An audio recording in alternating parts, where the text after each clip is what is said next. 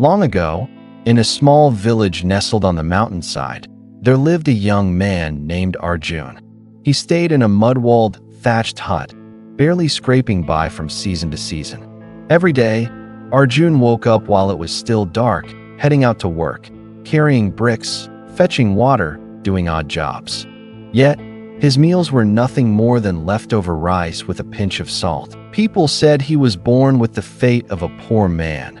No matter how hard he tried, he would always remain beneath others. But Arjun refused to believe that. Since he was young, he had always wondered, why do some people work so little yet live in wealth, while others like me work ourselves to the bone and still go hungry?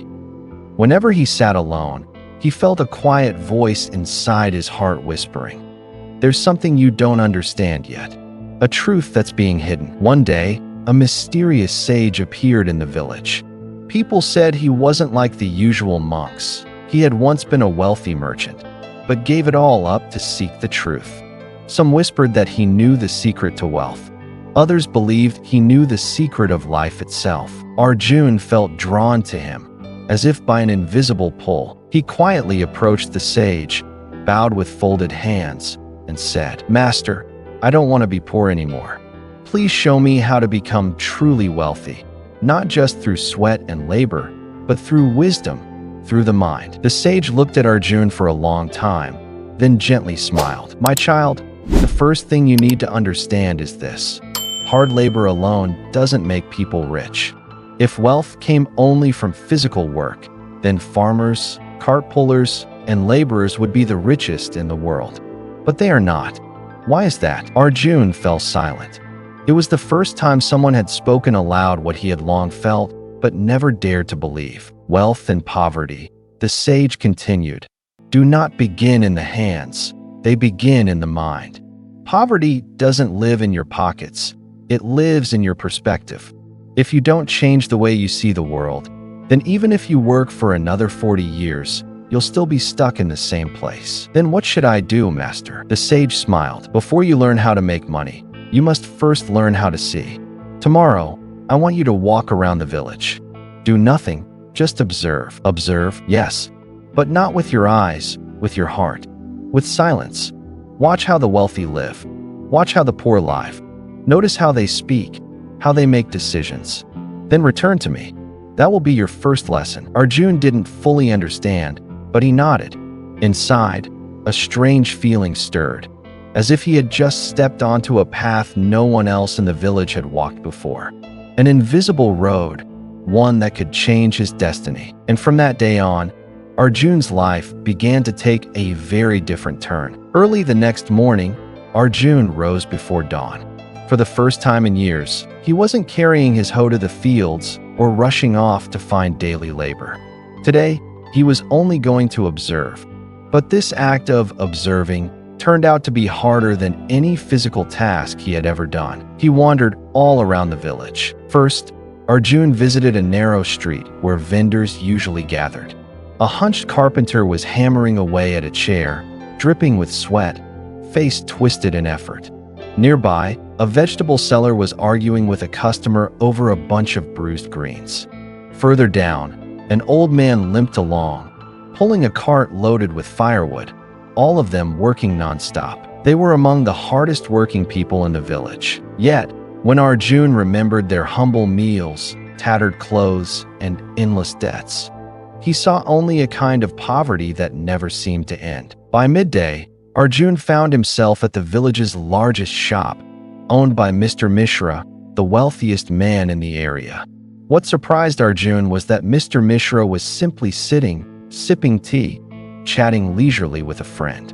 Meanwhile, his 6 employees were busy sorting goods, keeping accounts, and helping customers. "He's not doing anything," Arjun thought. "Just sitting there, and yet he's rich?" In the afternoon, Arjun visited his old friend Ramesh, who worked at a textile workshop. Ramesh beamed. "I just picked up the night shift too. Now I'm working 12 hours a day. Hopefully by the end of the month, I can afford a new pair of shoes." Arjun stayed silent. His friend was exhausting himself, all for a small hope of buying a simple item. That night, he returned to the hut where the sage was waiting. A gentle breeze rustled the thatched roof. The moon had just risen above the bamboo grove. "Master, I observed the whole day," Arjun confessed. "But I didn't see anything special. The rich live with ease, the poor hustle endlessly. I've seen that my whole life." The sage smiled gently and asked, "But have you ever asked why? Why does someone working 12 hours a day stay poor, while another works just 2 hours and becomes rich?" Arjun fell silent. "Because the poor use their strength. The rich use their minds. The poor think, more work equals more money. But the rich think, the right work equals money. Both work, but the difference lies in how they think." "But Master," Arjun said, "don't the poor think too?" "No, the poor react. They don't think strategically. When hardship strikes, they complain. When they earn a little, they spend it quickly. When they see others succeed, they envy instead of learning. But the rich, they observe. They look for patterns. They build systems. They may think for just 1 hour, but it's enough to avoid years of struggle." The sage's voice was calm, like the night wind. "Remember, there are 3 kinds of people in this world. Those who chase after money, those who work for money, those who make money chase after them. Which one do you want to be?" Arjun swallowed hard. He had never thought like this before. The sage looked into his eyes. "To make money come to you, you must change the way you see the world. Not through pity or complaint, but through understanding. Do you dare?" I do, but I don't know where to start." "Good. Start by learning how to think big. The poor live to survive. The rich live to create. They don't ask, 'How can I earn 10 coins?' They ask, 'How can I create enough value that 10 people each pay me 10 coins?' Same money, but a different lens. And that makes all the difference." Arjun felt his mind stirring. He never imagined a day of doing nothing could shift his entire worldview. He looked up at the sky, where the moon shone silently. For the first time in his life, he felt he might truly escape his fate, if he could just learn to think differently. The sage whispered, "Today you observed. Tomorrow, you will learn how to truly see. Your journey has only just begun." On the 3rd day of his challenge, Arjun was no longer the naive village boy he once was. His mind had begun to open, like a long-rusted door now being gently oiled. That morning, the sage gave him just one instruction. "Today, you must do nothing. Don't go anywhere. Don't read. Don't let your thoughts wander. Just sit still and feel." "Feel what, Master?" "Feel what the truly wealthy use. Mental energy." Arjun was confused but obeyed. He sat beneath the Bodhi tree behind the temple and closed his eyes. At first, all he could hear were the wind, the leaves, the birds. Then came the noise in his own head. "What am I doing? Is this worth it? Am I foolish to believe in something so invisible?" But slowly, the silence deepened. He began to feel his breath, the rise and fall of his chest, the blood coursing through his veins. And then, something strange happened. In that stillness, a thought flashed across his mind, light yet sharp as lightning in the night. The outer world matters less than the inner world. Arjun's eyes flew open. The trees, the earth, the sky, everything looked the same. But he had changed. That night, the sage asked, "Did you see anything today?" "Master, no, and yet yes. I can't explain it. I saw myself." The sage smiled, pleased. "Good. You are now ready to understand what 99% of the world never does. Money is energy." Arjun frowned. Not paper, not gold, not property, but a subtle form of energy. It flows to those who align themselves with its frequency. "Then how do I attract it?" Arjun asked. The sage looked deep into his eyes, speaking each word as if carving it into his soul. "There are 3 levels to attracting wealth. 1. Inner belief. If deep down you believe you're unworthy of wealth, you'll sabotage every opportunity. 2. Value creation. The rich don't beg for money. They offer value. Money is the reward. 3. Aligned action. Every positive thought, every action born not from fear, but from clarity, brings you closer to abundance. But if money is energy, why do the poor fail to attract it? Because they emit the frequencies of fear, doubt, and scarcity. The universe doesn't send wealth to those who don't believe they deserve it." Arjun was stunned. He recalled how his mother used to say, "Money is dirty. It belongs to bad people." And so his family stayed poor. He remembered neighbors who worked themselves to the bone but never dared to dream big, for fear of being judged as greedy. Arjun now saw it clearly. It was their thinking that had imprisoned them. "Then, Master, what must I do first?" The sage's voice was soft, like the wind. "Repair your relationship with money. Don't hate it. Don't worship it.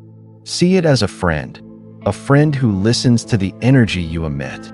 If you welcome it with clarity, kindness, and value, it will come to you. I understand now. And remember, don't work to get money. Become the kind of person money seeks out." That night, Arjun didn't sleep. Not because of worry, but because a new light had ignited within him. He realized that wealth wasn't somewhere far away. It lived in awareness and consciousness. If he changed within, the outer world would have no choice but to follow. And that was the moment Arjun began to turn into a magnet for wealth. Not because he had more, but because he understood more. On the fourth morning, before the sun had pierced through the misty clouds, Arjun was already awake. He was no longer the naive boy who had first approached the sage. His mind had begun to sprout new seeds of understanding, of freedom, and of a belief stronger than anything he'd ever known. The sage approached him, holding a small branch. He drew a circle on the ground and said, "This is your comfort zone. You will never be rich, never be successful, never live your full potential if you remain inside this circle. Then I must step out of it. Not just step out, burn it down." Then he placed an old coin into Arjun's hand and said, "Today, go into the village. With this single coin, you must create value for at least 5 people. But listen carefully. No begging, no borrowing, and no trading like ordinary folk. You must generate value from within yourself." Arjun set off, carrying only belief in his heart. He entered the village market, where the crowd bustled, vendors shouted, and bargaining filled the air. At first, he was unsure.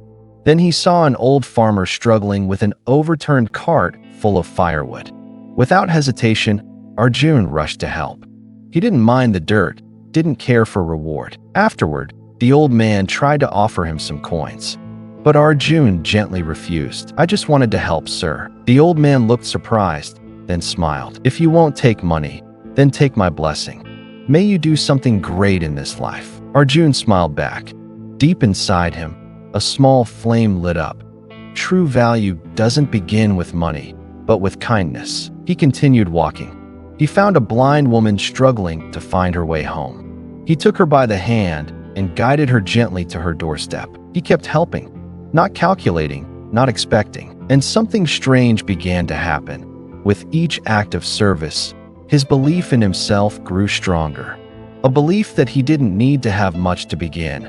All he had to do was begin, and he would have more than enough. By evening, Arjun returned to the sage. "Master, I didn't make any money today, but I feel like I've become someone different." "You've created something more important than money," the sage said calmly. "You've aligned your energy with abundance. But Master, in the end, we still need money to live. Where do spirit and survival meet?" The sage sat down, his gaze distant and thoughtful. "Arjun, most people work to get money, but the wise live to create value, and money arrives as a natural consequence. But I still don't know where to begin. Ask yourself 3 questions. 1. What are you good at? 2. Who can you help? 3. What can you offer without needing anything in return?" Arjun thought for a moment. Then his eyes lit up. Since he was a boy, he had always been good at fixing things. Broken bikes, cracked pots, even old grain grinders. "I once fixed a grinder for a few families in the village," he said softly. "Then that's your gift," the sage replied. "Start there. But remember, don't just fix things. Fix lives. When you help someone overcome a problem, even a small one, you open a door for value to return to you." That night, Arjun couldn't sleep. But this time, it wasn't worry that kept him up. It was clarity. Thoughts swirled through his mind. "I don't need to be rich to help someone. But if I help enough people, wealth will no longer be able to avoid me." And so, from a poor village boy, Arjun took his first true steps toward lasting abundance. Not through luck, not through shortcuts, but through wisdom, aligned action, and unconditional kindness. After 7 days of inner training and silent observation under the sage's guidance, Arjun had changed completely. His mind no longer spiraled in the question, "How do I earn more money?" Instead, a new question took root within him. How can I become the kind of person that money naturally seeks out? No more rushing, no more envy. No longer did he believe that wealth required sacrificing health, time, or dignity. Instead, Arjun stepped out from his humble hut, walking along the dusty village road with calm eyes, like the stillness of a deep lake. Yet inside, a quiet fire burned bright, a desire to turn inner strength into outer action. One day, Arjun saw an elderly woman sitting at the market corner, struggling to count her change. She sold wilted vegetables. No one stopped to look. Arjun didn't mock. He sat beside her, gently asked about her day, and helped rearrange her stall. He suggested small changes in how she displayed her produce. He thought to himself, if I can help her earn just a little more, I've created value. And money is just energy in exchange for value. The next day, her stall looked brighter, neater, and customers began to stop. She thanked Arjun and slipped a few small coins into his hand. He smiled and declined. "Keep it, ma'am. And if someone else needs help someday, help them as I helped you." Word of Arjun spread around the village, not as a wealthy man, but as a young soul full of wisdom, always helping others optimize their work and improve their lives. The sweet seller asked for tips on attracting more customers. A seamstress asked for pricing advice. A mango farmer wanted to know how to promote his produce outside the village. Each time, Arjun offered guidance, not for gain, but from the heart. And people responded. They invited him for meals, gave him fruit, even slipped him money out of gratitude, saying, "You didn't just help my business. You changed how I think." At first, Arjun refused all gifts. But then he remembered the sage's words. When you create value, let the energy flow. Money is not dirty. It is not the goal. It is the natural result of aligned energy. From then on, Arjun began to accept, not from greed, but with understanding. Refusing the flow is also a form of imbalance. One day, the village chief, a wealthy and stern man, summoned Arjun. "I've heard you've helped many. My son started a shop in town, but it's failing badly. Can you help?" Arjun nodded gently. This was the first time he was invited to consult on business, not as a laborer, but as someone with insight. He visited the shop, observed quietly, asked questions about the customers, the service, and the product itself. Then he proposed a series of clear changes. Within 1 month, the shop moved from deep loss to breaking even. By the 3rd month, it turned a steady profit. The chief was stunned. He handed Arjun a large pouch of money. "You didn't just help my son. You restored my family's reputation. Take this as a reward." This time, Arjun didn't decline. This wasn't charity. It was money created from real value. And he had learned to receive without attachment. That night, Arjun sat alone beneath the old tree behind the village. The moonlight slipped through the branches, soft and calm. In his hand was the pouch of money, but in his heart, no excitement, no craving. He whispered to the night, "Now I understand. True wealth isn't about how much money you hold. It's about knowing how to create value. So money comes as effortlessly as breath. And above all, wealth isn't held in a wallet. It's held in your state of being. When you know who you are, what you're doing, and what you're giving to the world, then you are already the richest person alive." At last, after days of inner practice, real-life experiences, and deep transformation, Arjun understood. Wealth doesn't come from struggle. It comes from understanding. It doesn't come from the hands. It comes from the mind. He once believed that working harder would make him rich. But now, Arjun realized, the wealthy don't work to earn money. They create value, and money finds its way to them. When Arjun let go of fear, stepped out of scarcity thinking, and opened his heart to help others, money, opportunities, and abundance began to flow to him. No chasing, no calculating. Just like the wise once said, those who run after money will always lack, but those who learn to understand it will stop needing it and have more than enough. From that day on, Arjun was no longer the confused, poor boy he used to be. He had become someone who understood the laws that govern life and chose to live in harmony with them, not through ambition, but through clarity, kindness, and contribution. True wealth doesn't begin in your wallet. It begins in your thoughts and your energy. When you stop asking, "How do I make more money?" and start asking, "How can I create more value for others?" your entire life begins to shift. Arjun had stepped out of the game that traps so many, working to survive, living just to chase money. He wasn't chasing anymore, because now life was chasing him.